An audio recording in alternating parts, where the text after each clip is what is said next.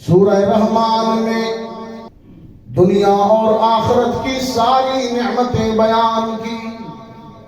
شمس و قمر بھی بطور نعمت کے ذکر ہوا، شجر و حجر بھی ذکر ہوا، زمین و آسمان بھی ذکر کیا گیا، میزان بھی ذکر کیا گیا، حور و غلمان بھی ذکر کیے گئے، لیکن ساتھ یہ بھی کہا گیا فَبِأَيِّ آلَاءِ رَبِّكُمَا تُكَذِّبَانِ. نعمتوں کے اس بیان میں، انعامات کی اس فہرست میں، سورۃ الرحمن میں رب العالمین نے سب سے پہلے نمبر پر جس نعمت کا ذکر کیا وہ شمس و قمر بھی نہیں ہے، شجر و حجر بھی نہیں ہے، نجوم و کواکب بھی نہیں ہے، ارض و سما بھی نہیں ہے، حور و غلمان بھی نہیں ہے، برق و شرر بھی نہیں ہے. نعمتوں کی قطار میں میرے مالک نے سب سے پہلے جس نعمت کا ذکر کیا وہ یہ ہے الرحمن علم القرآن.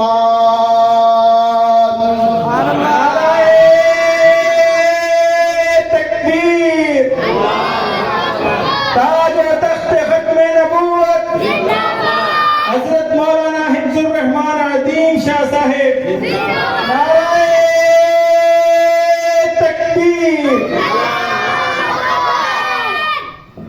اور توبہ ٹیک سنگھ والو، پردہ میں بیٹھی ہوئی میری مائیں اور بیٹیاں سن رہی ہیں.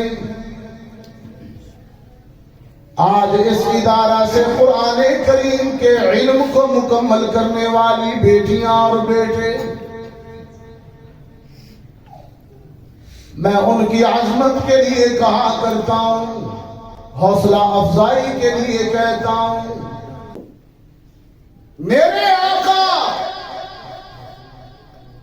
محمد عربی صلی اللہ علیہ وسلم ماہ رجب کی ایک مبارک شب میں عرش معلیٰ تشریف لے گئے.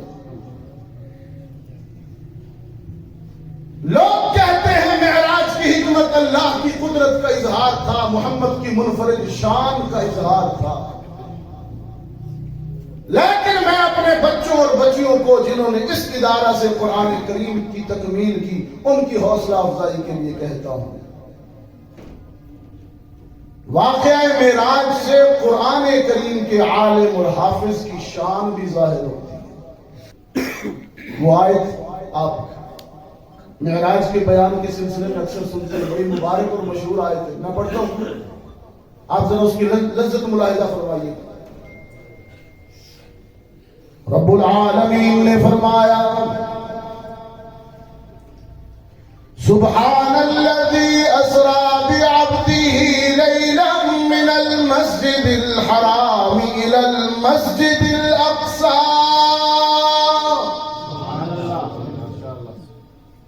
الذي باركنا حوله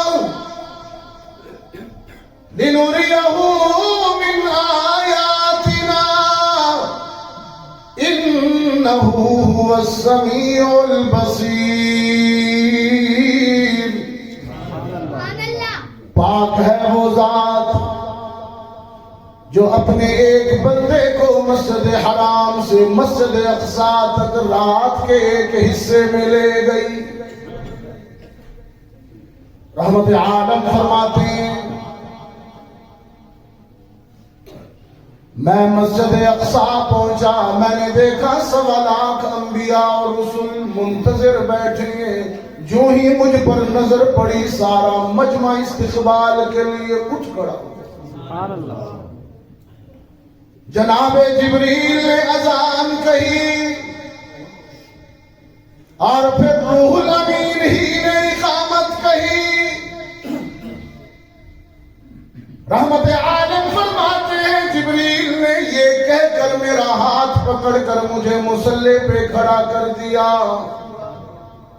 آج 1.25 لاکھ انبیاء اور رسول بھی پیچھے ہوں گے، آج تورات والا حضرت کلیم بھی مقتدی ہوگا، آج انجیل والے حضرت عیسیٰ مسیح بھی مقتدی ہوں گے، آج زبور والا داؤد بھی مقتدی ہوگا، آج امامت کے لیے مصلی پہ وہ آئے گا جو صاحب قرآن ہے۔